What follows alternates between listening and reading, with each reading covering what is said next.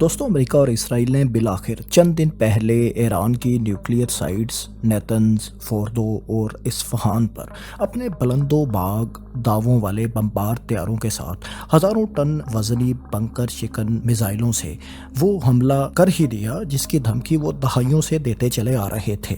امریکی صدر اور حکومت کا دعویٰ ہے کہ انہوں نے ایران کے نیوکلیئر پروگرام کو مکمل طور پر تباہ کر دیا ہے اور اب ایران کم از کم مستقبل قریب میں ایٹمی ہتھیار بنانے کی صلاحیت سے مکمل طور پر محروم ہو چکا ہے۔ Tonight I can report to the world that the strikes were a spectacular military success. Iran's key nuclear enrichment facilities have been completely and totally obliterated. Iran, the bully of the Middle East. اب چونکہ اسرائیل اور ایران کے درمیان cease fire بھی ہو چکا ہے اور امریکہ نے بھی اپنے دعووں کے مطابق وکٹری کلیم کر لی ہے اور ایران نے بھی اسرائیلی انتہا پسند رجیم کو اپنے میزائلوں سے بے پناہ نقصان پہنچا کر اپنی طاقت ثابت کی ہے، تو اب یہ صحیح وقت ہے کہ ہم اس اہم ترین سوال کا جائزہ لیں جو بنیادی طور پر اس مسئلے کا باعث بنا تھا کہ کیا امریکہ اور اسرائیل نے وہ کچھ اچیو کیا جس کا وہ دعویٰ کر رہے ہیں۔ کیا ایران واقعی اب کبھی نیوکلیئر پاور نہیں بن پائے گا؟ کیونکہ ایران کی ایٹمی صلاحیت کو ختم کرنے کے لیے ہی تو یہ ساری جنگ ہوئی ہے۔ اس سلسلے میں ہم سب سے زیادہ تذکرہ کیے جانے والے بنکر شکن حملے کے نتائج کی بات کرتے ہیں جو امریکہ نے کیا۔ صدر ٹرمپ اور امریکی ڈیفنس فورسز کا دعویٰ ہے کہ یہ حملہ انتہائی کامیاب رہا اور انتہائی ایکوریسی کے ساتھ ایران کی فوردو نیوکلیئر سائٹ کو، جو کہ سب سے اہم تھی، نشانہ بنایا گیا۔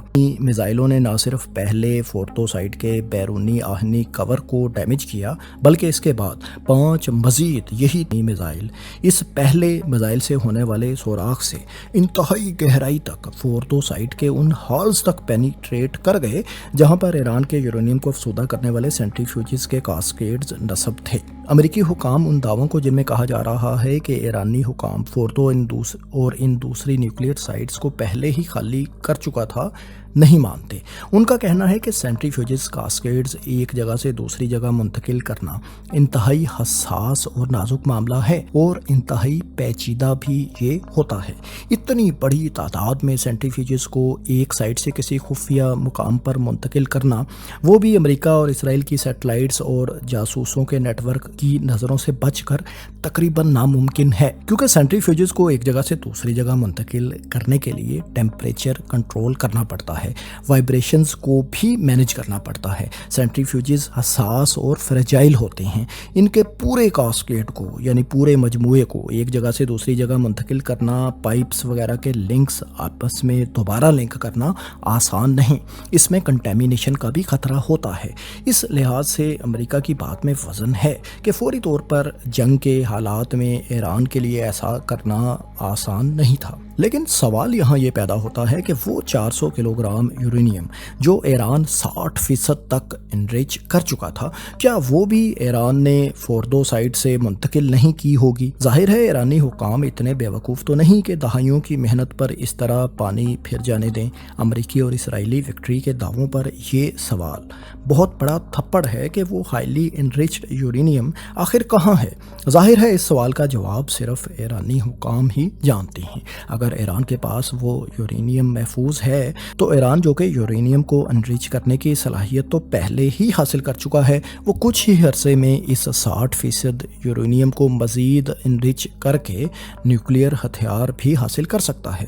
اور اگر ہم یہ فرض کر لیں کہ امریکی دعوے درست ہیں اور ایران کے فوردو، نیتنز اور اصفہان کے مقام پر جو سینٹریفیوجز کاسکیڈز تھے وہ سب کے سب مکمل طور پر تباہ بھی ہو چکے ہیں، تو کیا وہ ایران جس نے پہلے یہ سینٹریفیوجز بنائے تھے، کیا اب دوبارہ نہیں بنا پائے گا؟ صلاحیت اور ڈیزائن وغیرہ تو ان کے پاس پہلے ہی ہے۔ اور اس سے بھی دلچسپ بات یہ ہے کہ بعض دفاعی ماہرین کا ماننا ہے کہ ایران کے پاس یورینیم کو انرچ کرنے کے لیے اس سے بھی کہیں زیادہ ایڈوانس جنریشن کے سینٹریفیوجز کچھ کچھ اور خفیہ مقامات پر بھی ہیں جن کے بارے میں شاید امریکہ اور اسرائیل کو علم بھی نہیں، اور ان سینٹریفیوجز کو تباہ کرنے کے لیے ایران پر مستقبل میں کبھی بھی دوبارہ اسی نوعیت کا حملہ یا بڑی جنگ مسلط کرنا اب اور بھی زیادہ مشکل ہوگا۔ اسرائیل تنہا کبھی ایران سے مقابلہ نہیں کر سکتا، نہ ہی اس کی ملٹری یا ایئر فورس یہ صلاحیت رکھتی ہے۔ دفاعی ماہرین تو پہلے ہی اس بات کو مانتے تھے، لیکن حالیہ جنگ نے یہ بات سب پر عیاں کر دی ہے۔ اسرائیل کی ایئر فورس ماڈرن تو ضرور ہے، لیکن یہ ایک ٹیکٹیکل ایئر فورس ہے، مطلب یہ کہ یہ کوئی چھوٹا موٹا حملہ تو کر سکتی ہے، لیکن اپنی سرزمین سے ہزاروں کلومیٹر دور ایران پر مستقل حملے یا مکمل جنگ کرنا اس کے بس کی بات نہیں، کیونکہ اس کام کے لیے اسرائیل کو ایک بڑی اور اسٹریٹجک ایئر فورس چاہیے، اور ہر بار امریکہ اس طرح کھل کر اسرائیل کی مدد کو تو نہیں آ سکتا۔ اس جنگ میں بھی اسرائیل کے ساتھ امریکی فضائیہ شامل تھی اور ریفیولنگ، سپلائیز اور ٹیکنیکل سروسز وغیرہ مہیا کر رہی تھی۔ امریکہ اسرائیل کی مدد کے لیے ظاہر ہے بار بار نہیں آ سکتا۔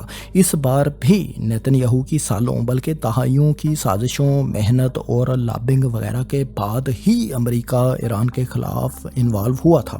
اسرائیل کی دہائیوں سے یہ کوشش رہی ہے کہ کسی طرح امریکہ اور ایران کی براہ راست جنگ ہو، اور اس کے لیے اسرائیل نے سر توڑ کوششیں کی ہیں، لیکن اس معاملے کا ادراک پوری طرح امریکہ کو بھی ہے کہ یہ معاملہ کس قدر خطرناک ہے۔ یہی وجہ ہے کہ ڈونلڈ ٹرمپ نے ایران کی خالی نیوکلیئر سائٹس پر فضائی حملے کر کے اپنی وکٹری ڈکلیئر کر دی تھی، تاکہ یہ جنگ مزید نہ پھیل سکے، اور ان حملوں کی اطلاع بھی ایران کو بعض ذرائع کے مطابق پہلے ہی کر دی گئی تھی تاکہ ایران کا کوئی جانی نقصان ان حملوں میں نہ ہو۔ یہی وجہ ہے کہ ایران نے بھی جب بدلے میں قطر کی امریکی ملٹری بیس پر حملہ کیا تو امریکہ کو پیشگی اطلاع کر دی تھی، اور صدر ٹرمپ نے اس حملے کے فوراً بعد ہی اعلان بھی کر دیا تھا کہ ہم اس کا کوئی جواب نہیں دیں گے۔ یعنی یہ بات صاف ظاہر ہے کہ امریکہ اور ایران جنگ نہیں چاہتے، لیکن اسرائیل ہر صورت میں ان کی جنگ کروانا چاہتا ہے۔ یقیناً آپ کو یاد ہوگا کہ اسرائیل نے غزہ وار کے دوران اپریل 2024 میں دمشق میں ایران کی ایمبیسی پر میزائل حملہ کیا تھا، جس میں نہ صرف ایمبیسی تباہ ہوئی تھی بلکہ جانی نقصان بھی ایران کا ہوا تھا۔ یہ واضح طور پر ایران کو اشتعال دلانے کی کوشش تھی۔ اس کے جواب میں ایران نے صرف علامتی طور پر اسرائیل پر میزائل فائر کیے تھے اور ریسٹرینٹ کا مظاہرہ کیا تھا، یعنی اسرائیل کی اس جنگ کو بڑے پیمانے پر پھیلانے کی کوشش کو ایران نے انتہائی عقل مندی سے ناکام بنا دیا تھا۔ اسی طرح کی ایک اور کوشش اسرائیل نے جولائی 2024 میں ایک بار پھر کی، اور اس بار تہران کے اندر حماس کے رہنما اسماعیل ہنیہ کو ایئر سٹرائک میں نشانہ بنایا۔ یہ دمشق میں ایران کی ایمبیسی کی تباہی سے بھی بڑا جرم اور اشتعال انگیز قدم تھا، اور اسرائیل کی ڈیسپریشن شو کرتا تھا کہ ایران کسی طرح ایک بڑی فل فلیج جنگ میں الجھے تاکہ امریکہ کو بھی اس بڑی علاقائی جنگ میں اسرائیل کی حمایت میں کودنا پڑے۔ اس بار ایران نے پہلے سے کہیں بڑھ کر اسرائیل کو میزائلوں سے جواب دیا تھا، اور امریکہ، برطانیہ سمیت تمام اتحادیوں کی ہر طرح کی مدد کے باوجود کچھ ایرانی میزائل اسرائیلی ملٹری سائٹس کو نشانہ بنانے میں کامیاب بھی ہو گئے تھے۔ یہ دونوں بڑے واقعات ایران کو بڑی جنگ میں الجھانے کے لیے تھے، لیکن ایران نے دونوں بار سوچ سمجھ کر، ٹائم لے کر اور اتحادیوں وغیرہ سے مشاورت کے بعد نپا تولا رسپانس دیا تھا، کیونکہ ظاہر ہے ایران بھی امریکہ سے کھلی جنگ نہیں چاہتا، اور امریکہ کی بھی یہی کوشش ہے کہ ایران سے براہ راست جنگ میں وہ ملوث نہ ہو۔ امریکہ ایران سے اگر براہ راست جنگ میں الجھے گا تو قطر، عراق، UAE، بحرین اور کویت وغیرہ میں موجود امریکی ملٹری، جس کی تعداد 50,000 کے لگ بھگ یہاں پر ہے، اور نیول اور ملٹری اکوپمنٹ تمام ایران کے رحم و کرم پر ہوگا، اور امریکہ ایسا رسک کبھی نہیں لینا چاہے گا۔ یہ ملٹری بیسز امریکہ نے اس خطے میں بنائی تو اپنی طاقت قائم کرنے کے لیے تھیں، لیکن موجودہ حالات میں یہ شاید امریکہ کی سب سے بڑی کمزوری بن چکی ہیں۔ ایران امریکہ جنگ کی صورت میں امریکہ کی ملٹری بیسز کو نشانہ بنانے کے علاوہ ایران اسٹریٹ آف ہرموز یعنی آبنائے ہرمز کو بھی بند کر سکتا ہے، جہاں سے دنیا بھر کے تیل اور LPG کی بڑی مقدار روزانہ گزرتی ہے۔ اس کے اثرات امریکہ اور اس کے اتحادیوں پر تباہ کن ہو سکتے ہیں، اگرچہ چین اور ایشین ممالک بھی اس سے متاثر ہوں گے، لیکن ظاہر ہے اگر بڑی کھلی جنگ ہوئی تو ایران ایسا کر سکتا ہے۔ دوستو، ویتنام، عراق اور افغانستان کی جنگوں میں امریکہ نے بہت سا مالی اور جانی نقصان اٹھایا ہے، اور امریکی عوام اسرائیلی کرائے کی فوج بن کر امریکی معیشت کا اور امریکی جانی نقصان اب برداشت نہیں کرتے۔ صدر ٹرمپ کا نعرہ بھی جنگیں ختم کرنے کا تھا اور اسی کی بنیاد پر وہ الیکشن جیت کر آئے ہیں۔ ایران کے ساتھ کھلی جنگ ان کے ماگا یعنی میک امریکہ گریٹ اگین کے نعرے کا بالکل الٹ ہوگا اور وہ ہرگز ایسا نہیں چاہتے۔ سب سے بڑی اور اہم وجہ ایران سے امریکہ کی کھلی جنگ میں نہ الجھنے کی اس بات کا خوف بھی ہے کہ صدر پوٹن بھی اس جنگ میں ایران کی حمایت کر سکتے ہیں اور چین بھی کر سکتا ہے، اور اگر ایسا ہو گیا تو یہ جنگ امریکہ کے لیے ویتنام، افغانستان وغیرہ سے کہیں بڑی تباہی ثابت ہوگی۔ دوستو، یہ وہ تمام وجوہات ہیں جن کی وجہ سے صدر ٹرمپ ہر صورت اسرائیل کی سر توڑ کوششوں کے باوجود براہ راست اس جنگ میں ایران سے الجھنا نہیں چاہتے۔ دوستو، یہ سارا بیک گراؤنڈ آپ کو بتانے کا مقصد یہ تھا کہ امریکہ کے لیے ملٹری طاقت کا استعمال کس قدر مشکل ہوگا اگر ایران کو اس نے نیوکلیئر پاور بننے سے روکنا ہے تو۔ ہاں، البتہ مذاکرات، ڈیلز، کچھ کچھ لو کی بنیاد پر شاید ایسا ممکن ہو جائے، اور صدر ٹرمپ نے واضح طور پر اس کا اظہار بھی کر دیا ہے۔ ایران کو مذاکرات کی دعوت دی ہے کہ وہ نیوکلیئر پروگرام صرف پرامن سویلین مقاصد کے لیے رکھے اور اس کے بدلے وہ ایران پر پابندیاں ختم کر دیں گے۔ یاد رہے کہ ایران کا پہلے ہی یہی مطالبہ تھا۔ اس جنگ شروع ہونے سے پہلے ایران کے منجمد کیے گئے ڈالرز، جن کی تعداد 100 ارب ڈالر کے لگ بھگ ہے، وہ بھی ریلیز کیے جائیں گے۔ اس ساری بات چیت میں روس کا بھی اہم کردار ہوگا اور اس بات کے امکانات ہیں کہ روس اور امریکہ ایران کے نیوکلیئر پروگرام کے اس معاملے پر متفق نہ ہو سکے تو ایران نیوکلیئر پاور بن جائے گا۔ روس بھی یہ افورڈ نہیں کر سکتا کہ ایران کو امریکہ مکمل طور پر تباہ کر دے اور روس تماشائی بنا دیکھتا رہے، کیونکہ ایران برکس اور شنگھائی کارپوریشن آرگنائزیشن دونوں کا ممبر ہے۔ غالباً اسرائیل کے ایران پر حملے کے اگلے روز ہی صدر پوٹن نے ٹرمپ کو یہ بات ٹیلی فونک کنورسیشن میں کنوے بھی کر دی تھی۔ واضح رہے کہ روس کے سابق صدر اور پوٹن کے انتہائی قابل اعتماد وزیر اعظم دمیتری میدویدوف نے اس بارے میں ٹویٹ بھی کی تھی کہ کچھ ممالک ایران کے ساتھ اس معاملے میں تعاون بھی کر سکتے ہیں، یعنی نیوکلیئر ویپن ایران کو مہیا کر سکتے ہیں۔ اس ٹویٹ پر صدر ٹرمپ نے بہت تشویش کا اظہار کیا تھا۔ بعض رپورٹس کے مطابق ایران نے اپنی 20% تک انریچ یورینیم کی کچھ مقدار روس بھی منتقل کی ہے، لیکن واضح رہے کہ یہ وہ 400 کلو گرام 60% تک انریچ یورینیم نہیں ہے، یہ صرف 20% تک انریچ یورینیم ہے۔ دوستو، ایک نیوکلیئر پاور کسی دوسرے دشمن ملک کو کبھی بھی یہ صلاحیت آسانی سے حاصل نہیں کرنے دیتی۔ یہ معاملہ کس قدر اہم ہے اس کا اندازہ آپ اس بات سے لگائیں کہ امریکی حکام نے جنگ عظیم دوم کے فوراً بعد اس بات پر غور کیا تھا کہ کیوں نہ سوویت روس کا نیوکلیئر پروگرام حملہ کر کے مکمل طور پر تباہ کر دیا جائے، لیکن پھر ایسا اس لیے نہیں کیا گیا کہ روس بالآخر کچھ عرصے بعد نیوکلیئر صلاحیت تو حاصل کر ہی لے گا، اور اس حملے سے ظاہر ہے براہ راست جنگ بھی ہو سکتی ہے۔